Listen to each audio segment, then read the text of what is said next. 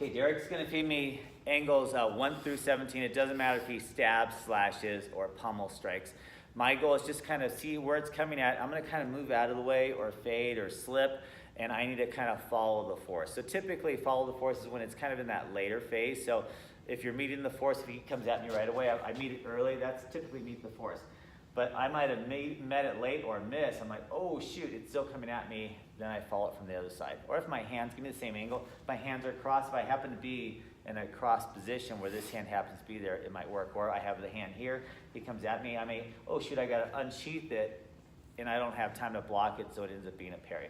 There's no wrong way. It's not like blocking's better than parrying or evading. I mean, if you evade it, you don't have to worry about it, but we're trying to stay within range so we can counterattack because we're both having weapons here, which is more like the dueling. It's not necessarily the most common deal to be, but if you're in a knife fight, you want to have the knife, not the other person. But they still may parry or block with the hands as well. Everything you do with the knife, you can do empty hand or with the stick. So Derek feeds me angle 1. I get out of the way, I follow through, I strike. I get out of the way, I follow through, I strike. I get out of the way, I follow through, follow the force and strike. Get out of the way, follow the force and strike. Get out of the way, follow the force, strike. Get out of the way, follow the force, strike. So the main thing is I just want to get out of the way. I'm like, I can figure out what to do after that. We don't have to overthink it.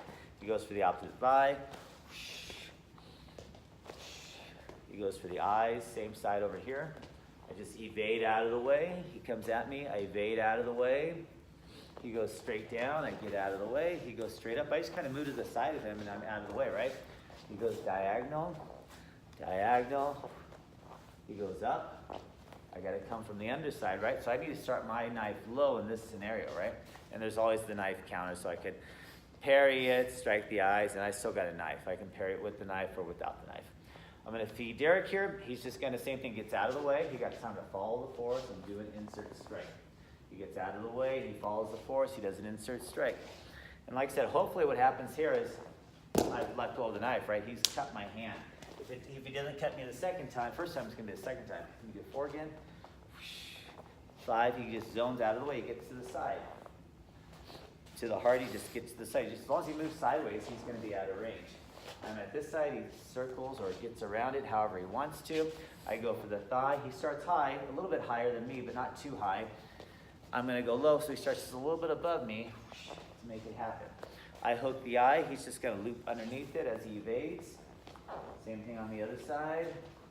He knows I'm coming down. He sees my shoulders and my hands pull back, so he sees it coming. He's anticipating me striking down.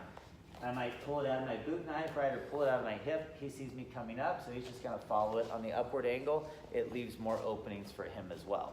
Then I go diagonal on my figure eights. Then he evades my upward figure eights.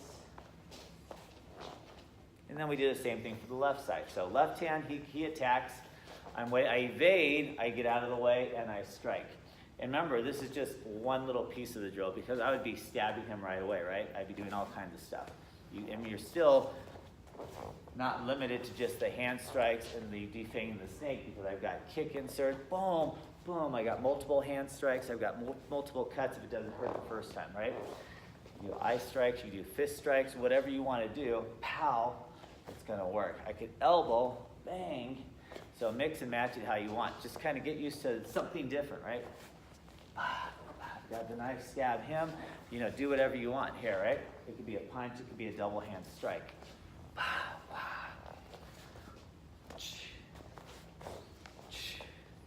Good. Now we'll practice on the other side. Same thing. So we're left-handed. I can do whatever. I can do slash or stab. I might do butts for a while, right? He sees it coming. Boom. I'm here now. I stab him. He does the same thing. Now I slash him. Now I stab him. Now I butt him. Now I stab him. Now I slash him. So that's the upside down triangle. Now we're doing the thigh. Opposite thigh. He's going to go down. Same side thigh. Then I hook the eye. There's a stab. I hook the eye. There's a stab again. I go straight down. I go straight up. He follows it up. and then we're going downward figure eights. He's got to be ready for it. He gets out of the way, he adjusts where he needs to be if he wants to follow the force. Now in reality, half the time he's going to be meeting the force, he's not even going to be thinking about it, so it's just reactive, right? Block this one, up, parry that one, up. I need to parry that one, up, block that one, and then you mix and match it. But practice those.